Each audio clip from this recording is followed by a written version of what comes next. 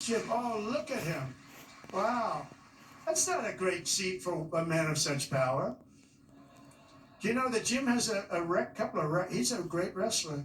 He was an All-American wrestler 3 times, 128 and 1. That's not a bad record, and that's the way he fights too. But he has a better record. Undefeated as a wrestler in high school. And I say, how can you do that? Because a freshman can't beat a senior. But he figured out how to beat seniors. So I stand up again, Jim. Let's give you a hand as a wrestler. As a wrestler, big hand. As a politician, very good. But Jim, is it true that we went up there, remember we had 25,000 people standing on the streets in this little beautiful town with Whirlpool, right? And they were going to close up their factories because South Korea was dumping washing machines and other things like that. And they were dumping. And we put a 50% tariff and then 75, even 100%. And now they're thriving, right? Without Trump, they would have been closed up. But Jim was the one that got me involved. Are you guys all happy with Jim? Do you like him? Because I like him. I like him, right? We like Jim. What's not to like? He gets on television, he's like a wrestler. He's got this boom, boom, boom, boom. Very impressive, Jim. Anyway, it's good to see you. I like that guy a lot. I like a lot of the people in the audience a lot. I like the people in this room. We have the same basic philosophy. We have the same thoughts. What's not to like? But I'll also be placing tariffs on steel, aluminum, and copper, and things that we need for our military. We have to bring production back to our country. Do you know there was a time when we made 1 ship a day, and now we can't build a ship. We don't know what the hell we're doing. It's all gone to other locations and other lands. And to further return production to the United States, we're going to environmentally free up our rare earth minerals. We have some unbelievable sites. We have some of the best rare earth anywhere in the world, but we're not allowed to use it because the environmentalists got there first. They said, you cannot touch that land. I look at the land, looks like every other piece of land. What is it? Well, this is very protected. They have no idea what they're doing to our country. They use the environment to stop progress, so we're not going to let that happen. We have Lee Zeldin. I don't know if Lee's here today, but Lee Zeldin is going to be fantastic. He's going to head up the whole environmental. And I said, Lee, if we have we put in for a power plant, and if we don't get the approval, that you can start within 12 days, 1 day would be even better, but 12 days, 14 days, see what you can do. And Lee's great. Lee knows what's good and he knows what's bad, and he'll be very fair, but we have to get it moving because some of these jobs, like the ones in Louisiana, they were 14, 15 years, they couldn't get their approvals. We can't let that happen. When people come here with massive amounts of money, they want to start, they want to go, and we know what's good and we know what's bad too. And Lee Zeldin's going to do a great job environmentally. As we fix our tax system, we can also cut colossal amounts of government waste, fraud, and abuse, of which there's a lot. But tonight, I restate my pledge from the campaign. I will not sign any bill that cuts even a single penny from Medicare or Social Security for our great seniors. We don't have to do that. We don't have to do that. We'll not touch those benefits in any way, shape, or form. I want to use that because during the campaign, they had these fake ads that Trump is going to cut Social Security. No, they're the ones that are going to cut it because the country's going to go bankrupt under them. And that's why it's going to cut, because they're not going to have a choice. Not that they're saying we're going to cut it, but our country was heading for absolute bankruptcy.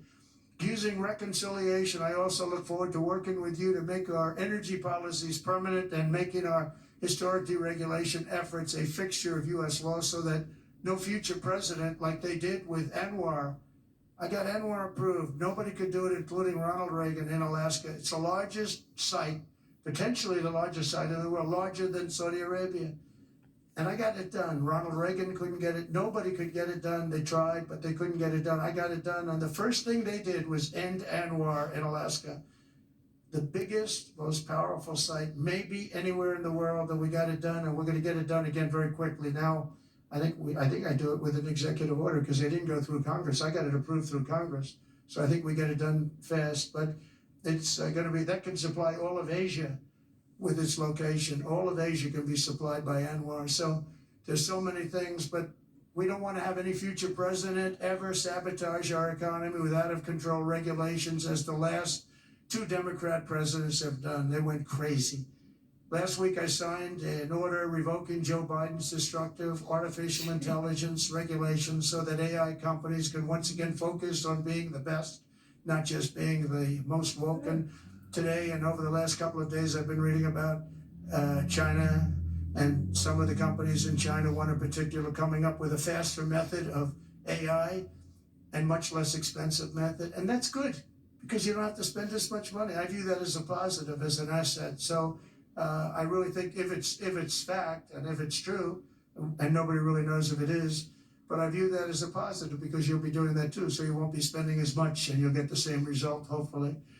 The release of DeepSeek AI from a Chinese company should be a wake-up call for our industries that we need to be laser focused on competing to win, because we have the greatest scientists in the world. Even Chinese leadership told me that. They said, you have the most brilliant scientists in the world in Seattle and various places, but Silicon Valley, they said, there's nobody like those people. This is very unusual when you hear a DeepSeek, when you hear somebody come up with something. We always have the ideas, we're always first. So I would say that's a positive. That could be very much a positive development. So instead of spending billions and billions, you'll spend less and you'll come up with hopefully the same solution. Under the Trump administration, we're going to unleash our tech companies and we're going to dominate the future like never before. And finally, we need to work together on a defense bill that once again fully rebuilds our military for our great warriors. We have to have a strong defense.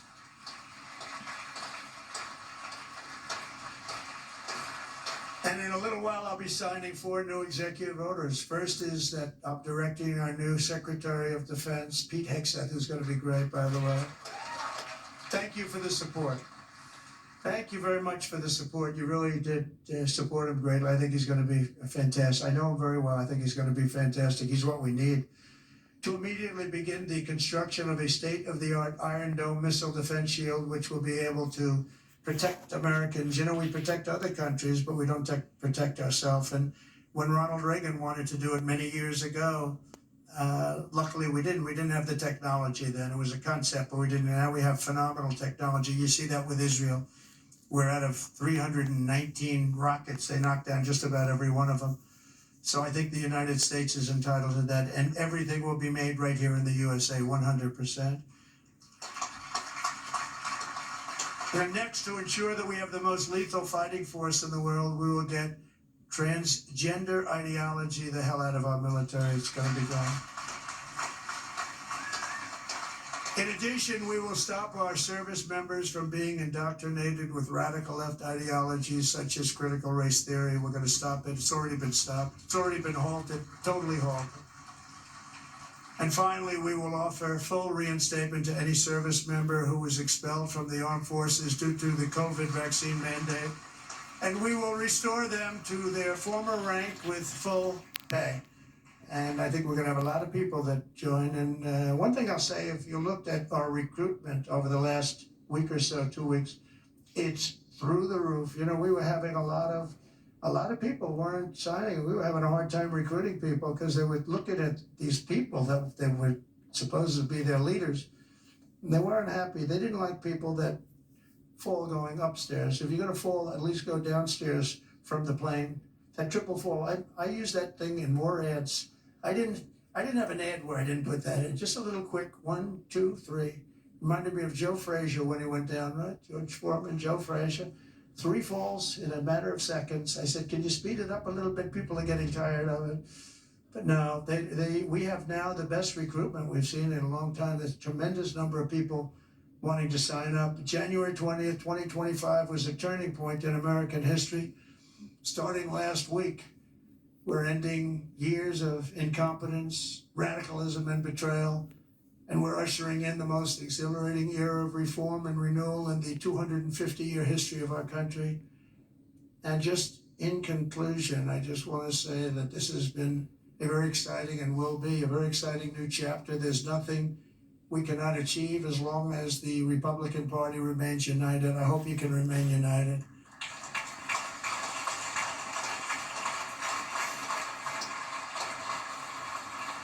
And it's one thing I give the Democrats a lot of credit for because, you know, they have lousy policy. I think, frankly, half of them are totally crazy. But they do stick together. They stick together on stuff that nobody can. I mean, how can you want prisons emptied out into our country? They stick together. They stick together on everything. Impeachment hoax number one, impeachment hoax number two, they stick together. Although I must tell you, you gave me great support during those two problems, those two fake witch hunts, which have now turned out to be totally fake and disgusting. But you gave me tremendous support. But the Republican Party has to stick together. We just can't have people going, 1, 2, 3 votes. And we don't have that luxury. It would be different if we had a 20-point, 30-person majority, but we don't. We have to help leadership. And you can be assured that you have certain philosophies, that if you're going to have most of the people, almost all of them, voting for something, you're going to be okay. It's not going to be bad. You have to stick together. It's the one thing that I would say we don't get very high marks. Everything is so hard. We always have 2 or 3 or 5 or something, people that just don't want to do it. And you just got to do it. You just got to do it. Make life easy. You just got to do it.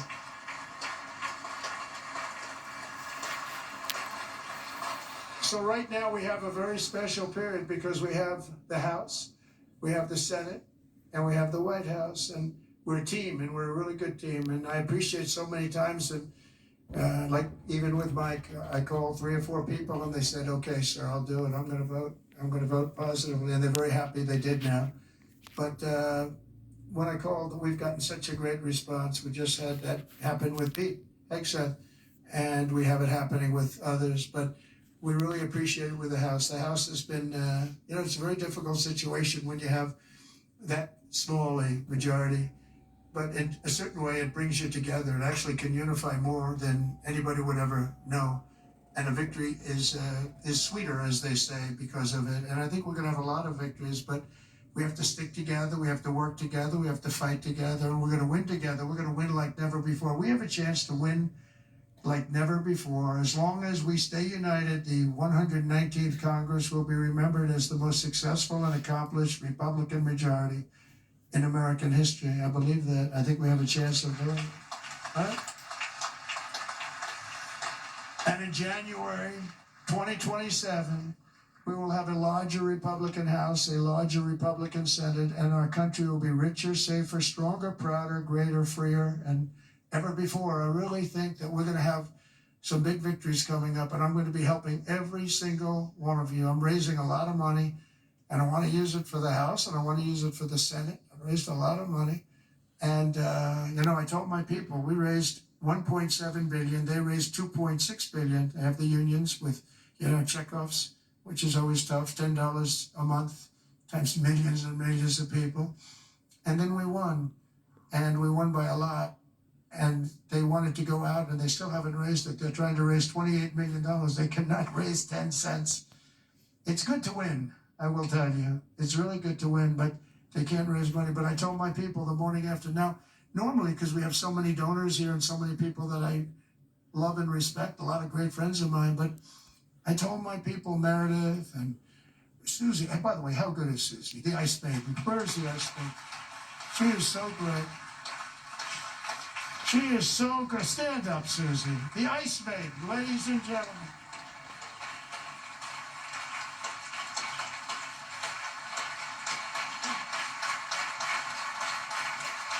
Wow, look at that. Most powerful woman in the world, they say. Most powerful woman in the world. She's made of ice. She's great. No, when I came to Florida, Florida was a Democrat state. Had a Democrat governor. They had one Democrat senator. It was largely a Democrat state. And through various reasons, I ended up with Susie running the campaign, and she was unbelievable. We won it in a landslide. And then the second time, we won it in an even bigger landslide. And when it came time to choosing somebody to run the campaign, the whole campaign, I said, what about Susie from Florida? She never lost. I won every primary. I won every. I didn't lose anything. And it was a Democrat state. And it was a landslide both times. And all of the Republican stuff was almost like it didn't even exist. It was amazing. I said, what about Susie? Well, sir, a woman has never been in this position before. I said, really? Oh, by the way, we have Kellyanne Conway. She didn't do too badly either, right? She did a great job, 2016. And when it came time to chief of staff, do you know that there has never been a woman chief of staff, but there is now. There is now, right? I didn't know that. I'm so surprised. I'm very surprised, but it came time to running the campaign, and I said, well, I've never had a loss with Susie. She comes from great stock. You know, Pat Summerall is her father. Pat Summerall was a football player, great football player, but a really great announcer, really the voice of the NFL for 27 years or something. He was great, and a leader. He worked with John Madden, and he was able to get John Madden to do things that nobody else could do. They'd call him, they'd say, Pat, John is really difficult. Now, John was a difficult guy, but he got big ratings and he was good. And Pat would go, come on, John, let's get this done. Come on. I know you don't like the heads of the company. They're paying you a lot of money. Come on, John, let's get it done. And he'd go and do it. And this went on for, what, 27 years, right? But he was a leader, her father. And, you know, this is somebody that has the gene. I'll tell you, she's great. And she's done a fantastic job. So she was so good with the campaign. I said, let's let her do the campaign. And it was flawless. And again, I said before, we had her win a lot of votes because it's crooked as hell. And I hope you can go to voter ID and same-day voting and paper ballots and all of those things, because ultimately we'll never lose a race if you do that. I'm telling you, you'll never lose a race. And I hope you can get that. And that's said to the governors mostly, but this, you know, you people have a lot of power over it. But Susie ran the race, and we did phenomenally, and then we just made her the chief of staff, and she's doing great. They say it was the greatest week, opening week, in presidential history, and I think, you know, it could be a hell of a lot better. Even CNN is saying, this guy is amazing. I couldn't believe it. I said, did CNN really say that? Because nobody watches, so nobody was able to confirm it. But it was pretty amazing. Oh, their camera just went off. It's always tough. Usually you get them by surprise. But I just want to thank everybody. We're going to make this tremendously successful. We're going to have, I believe, we're going to have one of the greatest 4 years in the history of our country. We're going to turn it around quickly, and then we're going to go on and we're going to progress like nobody ever thought possible. And I want to thank these great 4 people, because they really are leaders and they're phenomenal people. And I want to thank all of my friends in the audience, many of whom are congressmen and congresswomen and people that have just tremendous talent. Every single one of you, I know every one of you, and you have tremendous talent. And if we stick and if we fight together, there's nobody can stop us. We're going to have, because they have bad policy. Their policy is so bad. Nobody could win with this policy. Nobody. And we have the best policy. And again, as they say, and we say, and I've been saying for a long time, we're the party of common sense. And we're the party that's going to have the best 4 years ever. Thank you very much. Appreciate it. Thank you very much.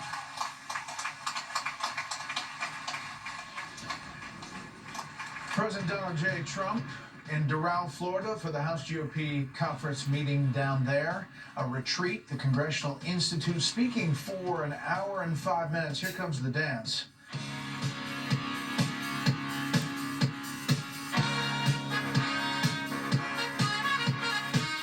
Exactly 1 week to the day since being inaugurated, the 47th President of the United States, speaking to lawmakers he needs to vote for big things for his legislative agenda. He covered all kinds of topics, and we're going to deal with some of them on the rest of this show.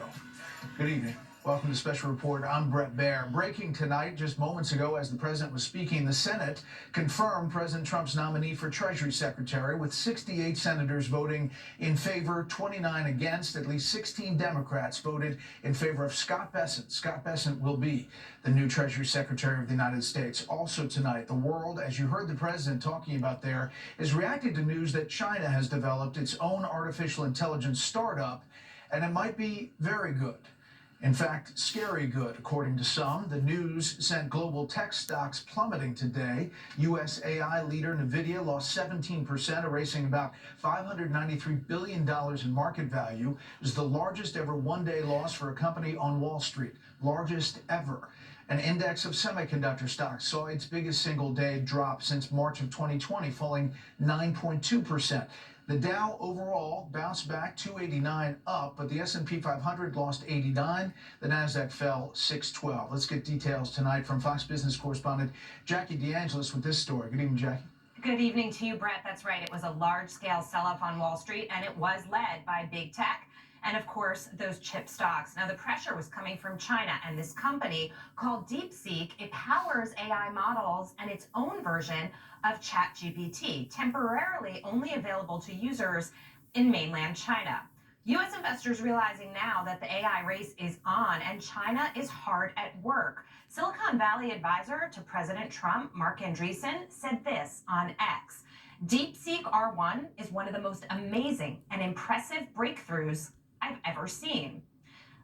DeepSeek's R1 and V3 models are also performing well, the company says, better or close to Western models, and they're cheaper to produce. One of the latest models cost only $5.6 million to produce, which was far less than the $100 million to $1 billion range that it usually costs an American company. But industry insiders are saying that DeepSeek's threat could actually be overblown, that copying an existing U.S. model is easier than actually innovating. Trump's newly appointed crypto and AI czar posted this on X. David Sachs said, President Trump was right to rescind the Biden EO, which hamstrung American AI companies without asking whether China would do the same. Obviously not. I'm confident in the U.S., but we can't be complacent.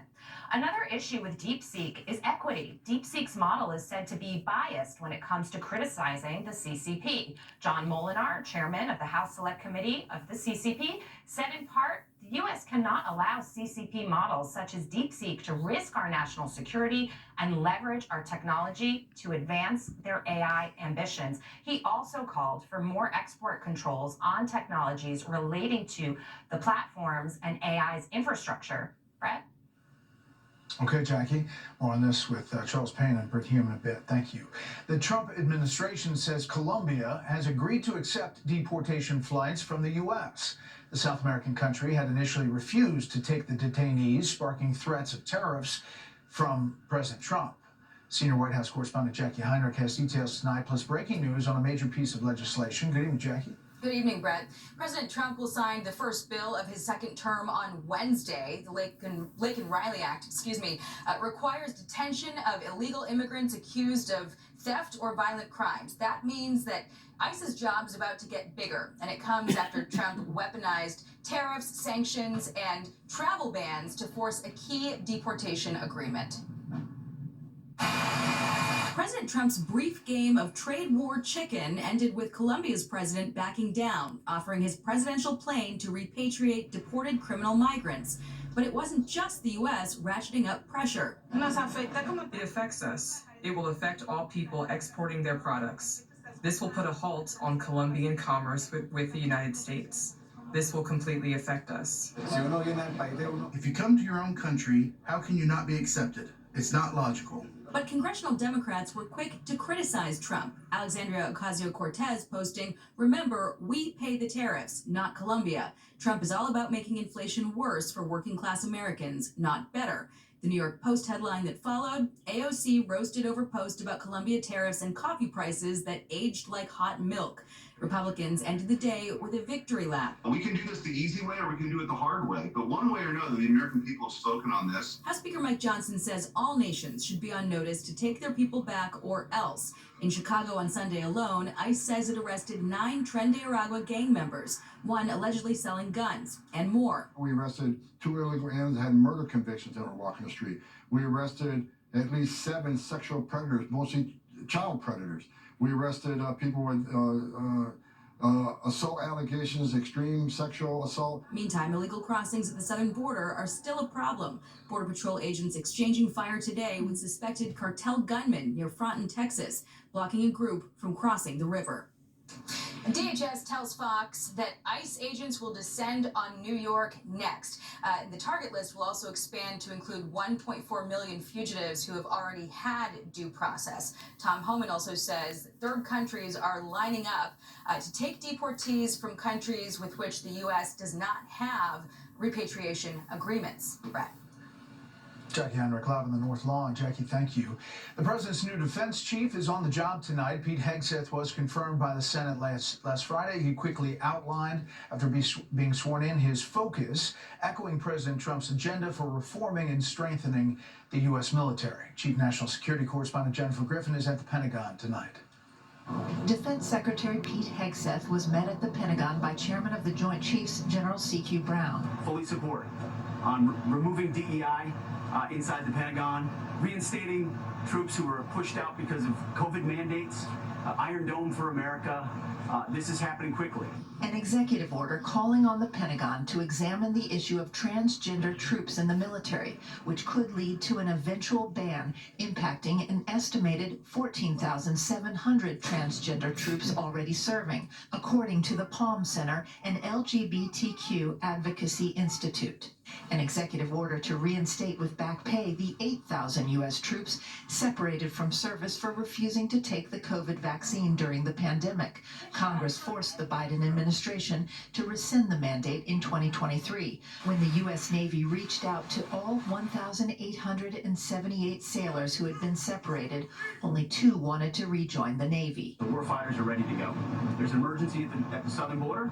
As a result, this Pentagon Snap 2 last week, we helped move forward troops, put in more barriers, and also to ensure mass deportations. When referring to the troops, the new defense secretary used the prior names for 2 bases named after Confederate generals whose names were changed by Congress in 2020. I'm thinking about the guys and gals in Guam, in Germany, in Fort Benning and Fort Bragg. Hegseth was asked whether he planned to follow through with threats he made last year prior to being nominated to fire General C.Q. Brown. Standing with it right now. I look forward to working with him. Over the weekend, the Pentagon's Inspector General Robert Storch, who has overseen many critical reports on Pentagon waste, fraud, and abuse, was one of 17 Inspector Generals fired by President Trump. Brad? Jennifer Griffin at the Pentagon. Jennifer, thank you. Next up, we'll talk about China's AI technology, the markets, and the first week of the Trump administration with Britt Hume and Charles Payne.